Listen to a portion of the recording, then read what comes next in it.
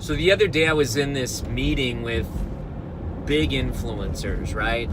And there's this guy who's in there who's younger and super cool, awesome guy. But as we're talking about ideas, he kind of drops and says, hey, listen, if you really want to do what you're saying, you need $100,000 and you need a graphic artist and a website designer and this and this and this, right? He was kind of telling that to his colleagues. I get his point. But here's the crazy thing. My business partner, David, was in the room, and we kind of look at each other and smile because, listen, when we started our business, we didn't have any of that, okay? So we bootstrapped for a lot of years. And I get it, you know, this young guy, I mean, I appreciate, and he's probably right.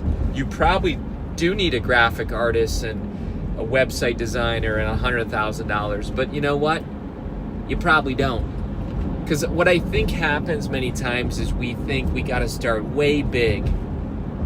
We got to start big and bold and have brand clarity and all this stuff.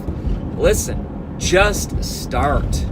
People look at all we've created today and say, wow, did you sit down and have all this figured out when you first started? Absolutely not. Come on now. We didn't have any of that figured out. We just had one thing figured out, which was the next best step. I think business plans, I think you can kill energy. It's kind of like saying, look, we're gonna go on a first date, but let's create this whole marriage plan, and let's talk about kids, and let's talk about what we're gonna do at 10 years into marriage, and are we gonna get a house or an apartment before you go on your first date. Listen, everybody would kind of laugh and they would say, that's crazy. Why? You're gonna kill the passion, you're gonna kill the excitement, the enthusiasm. Like, just go on the first date, just enjoy each other.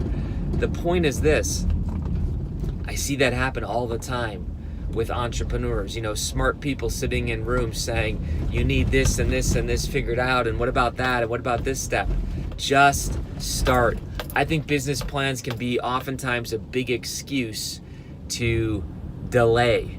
And one of the pros and cons about me is that I have very little patience and that I'm a driver. Now, listen, you can be a jerk and be a driver and have little patience. I'm not talking about that.